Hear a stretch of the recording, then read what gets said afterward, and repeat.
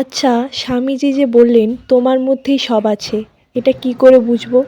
এই ক্ষমতা আমাদের মধ্যে অবশ্যই আছে, কিন্তু সেটা ব্যবহার না করতে করতে এটা আমরা হারিয়ে ফেলেছি, কিন্তু আছে।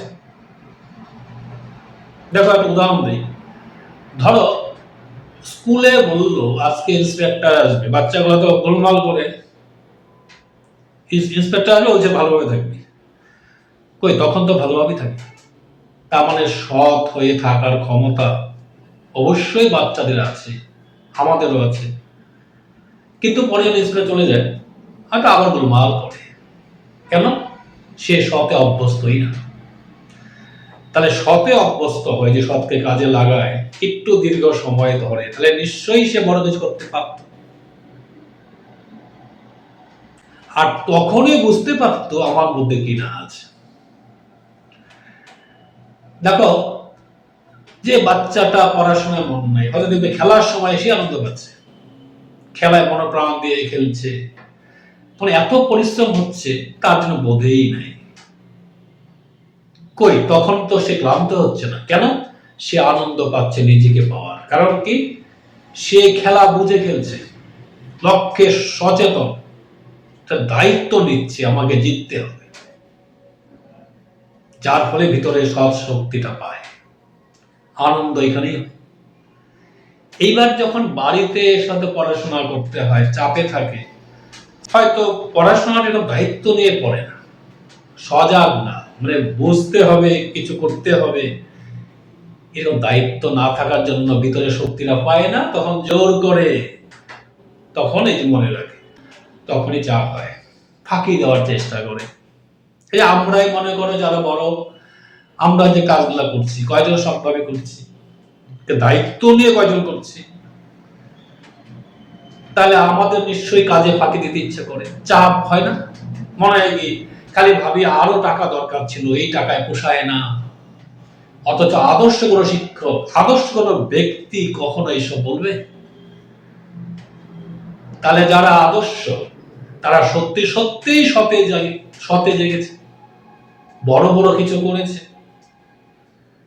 সুতরাং স্বামীজি এটাই বললেন, আমি যে আজকে অসতে ডুবে আছি, শরীরের মায়ায় জাগতিক ভাবে অন্ত হয়ে আছে, অচেতন হয়ে, এখান থেকে উঠে আসতে বললেন ঈশ্বরের জন্য। দেখো, যারা বড় কিছু করতে চাচ্ছে, দায়িত্ব নিচ্ছে, সৎভাবে করছে, এটাকে বলা হয় ঈশ্বরের জন্য আমি করছি। আর ঈশ্বরই তখন শক্তি যোগাচ্ছে, কারণ ঈশ্বর ভাবে, এটা স্বামীজি বললেন যে এরা যেহেতু আমার কাছে আসতে চায়, তখন ঈশ্বর হাত বাড়িয়ে দেয়। আর যখন আমি নিজের সাথে কিছু করতে যাই, ভিতরের যে আত্মা, এটা আর জাগে না। এই শক্তি আমরা কিভাবে পেতে পারি? এই জন্যই ঈশ্বর অবতার পুরুষরা আসেন, মানুষকে এখান থেকে জাগিয়ে তুলতে। এখান থেকে দীক্ষা আসে, ঈশ্বরে যুক্ত হতে হয়। ঈশ্বরে যুক্ত না হইলে আমি জানবই না আমি ঈশ্বর। এই যে গল্পটা ছিল যে সিংহ শাবক যখন ভেড়াদের সঙ্গে বড় হইল, সে জানে আমি তো ভেড়াই, তাহলে সিংহের যে শক্তিটা সে হারিয়ে ফেলেছিল কিনা। এইবার তার এই সিংহকে অনুসরণ যত করতে থাকে ততই সে নিজেকে পায়।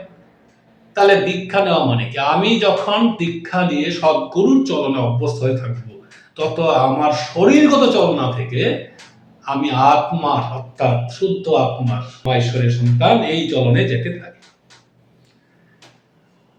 তাহলে কি রাস্তা একটাই, দীক্ষা নিয়ে তার মতো চলনে অভ্যস্ত হওয়া।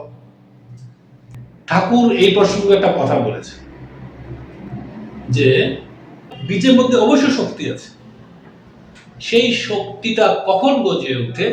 যখন উপযুক্ত মাটিতে গিয়ে পড়ে, সেই মাটির রস যখন নেয়, তাই না? তাহলে আমি যদি বীজ হই, তাহলে আমাকে ঈশ্বরের ভূমিতে, সেই প্রেমের ভূমিতে আমাকে যুক্ত হতে হবে, তবেই আমি পুষ্ট হয়ে উঠি, বিকশিত হই। এই জন্যই সবসময় কি নাম করা দরকার। নাম করছি মানে কিন্তু আমি ওই শক্তিকে অনুভব করছি। নাম কিন্তু ঈশ্বরের যত আমি দেখি, শক্তি, তার কেন্দ্রটাই হচ্ছে নাম। যত আমি তাতে একনিষ্ঠ হয়ে নাম করি, কিরকম আমি তোমার মতো করি, তোমার মতো চলব, এরকম অনুরাগ নিয়ে যত নাম করা হয় ততই আমার মধ্যে শক্তিটা পেতে। তুমি যদি মনে করো না পারো, তবু তাকে ডেকে আবার আবার তার দিকে যাওয়ার অঙ্গীকার করতে হবে।